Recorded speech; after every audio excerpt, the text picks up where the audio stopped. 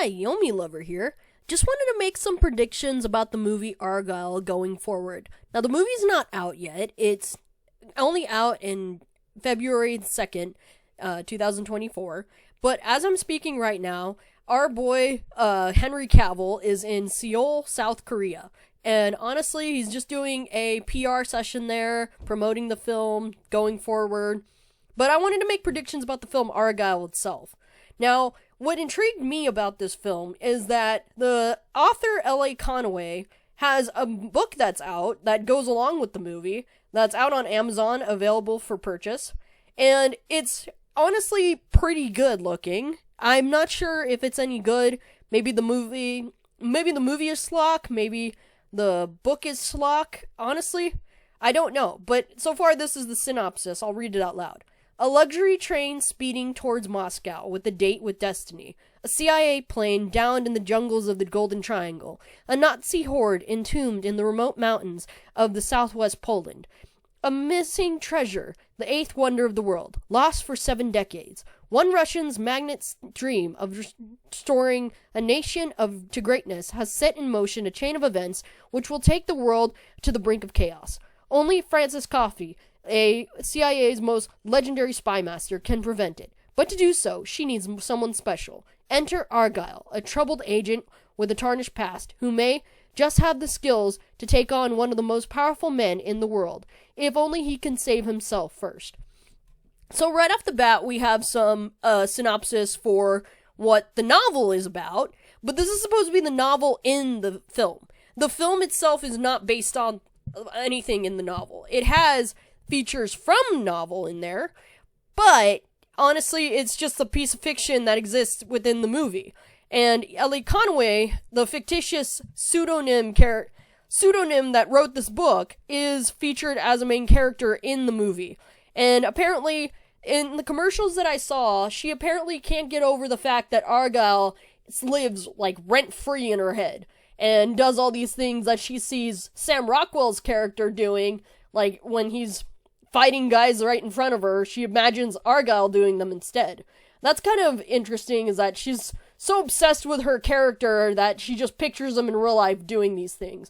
And then, turns out he actually exists, and he actually is doing these things, but her novel predicted a bunch of events that are happening in real life, and she can't escape them. And that's a pretty interesting, synopsis that we're following for this film.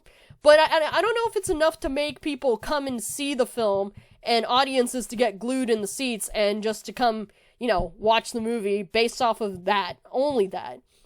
I mean, the only way they could ruin this film for us is if they decide to turn the character that's doing all these things, Argylle, the real Argylle, into like a 3-breasted woman that says, "It was me, Austin! It was me all along, Austin!" That's how they could ruin it for me. And I would immediately walk out of that film and not watch the rest of it. But honestly, I don't think they're going to do that. They might just keep it the same Argylle that we see doing these things as the Argylle that we see at the end of the film when it's revealed who Argylle really is, by Samuel L. Jackson. I mean, that's going to be pretty okay for audiences, I believe. A lot of people are saying this movie is a bad film because it looks like it's safe for streaming and it's going to go direct to DVD streaming and no one's going to watch it, and it's just going to be a safe film to play in the background. But honestly, I don't think so, because this film, I mean, it's going to be a crossover franchise film that crosses over with the Kingsman universe. People have said that, and they really want it to be a hit with the audiences. So, I mean, Matthew Vaughn might just do that and just, sell out and franchise it, which is gonna happen, apparently, because, Henry Cavill has signed on for 2 more films of this, and that's pretty good. He's only doing it for one condition, though, and that condition has to be met. I don't know what that condition is. I don't know if it's going to be enough to bring him to, another film to do this and act out. But, I mean, he's done a few other films, too, that are coming out this year, like The Ministry of Ungentlemanly Warfare, and also another movie that's been named as another film that was done by, I can't remember the director's name, but it's called Sid. And it's an unknown title, but I think it was when he was filming in Spain when he was doing this, but honestly, I could see those films coming out this year, because this is apparently Henry Cavill's year, it's his comeback film. His comeback films that are coming out these days are going to hit audiences, and people are going to go see it just for him. Honestly, he's got that kind of star power. And I honestly see, I gotta stop saying honestly, I just see this film as being a sleeper hit of the spring, because not a lot of good movies are out in the spring, and it's usually the dead period. Nothing good is showing during this time. I've checked the docking or the ledger on the films in the theaters right now. All the films that are out are shit right now. They're just not good. And it's just, you're waiting for a film like this to hit anytime soon in February, and it's just, it's one of those things that you're like, okay, I'm either going to go see it or I'm not going to go see it, or I'm going to wait for it to come out on streaming. A lot of people are saying that streaming has killed the movie industry, because people are lazy and they don't want to go out and watch a movie in a theater anymore. They don't want to do that stuff.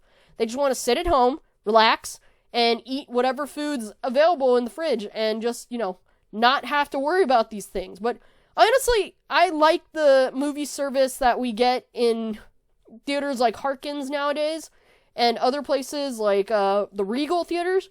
Those are pretty good, honestly. But, I mean, if you don't want to go see this movie, I will tell you personally, coming out of it, when I make the video about me watching this movie, I will say if it's schlock or not, and people will understand that what they're getting for their money is either worth it or not worth it. And I will tell you if it is worth it to go see this movie. I will personally go see it so you don't have to. Because right now, I am just thinking about this movie going forward and wondering about the predictions that are going to happen. I mean, obviously, it's going to be action-packed, and obviously, it's going to be star-studded cast, but a lot of people are saying that's not enough to save the film. But I will tell you, if it's schlock, because I will buy a ticket, so you don't have to. Alright, well, that's all I wanted to say about the film Argylle. See it, don't see it, it's up to you. Alright, peace.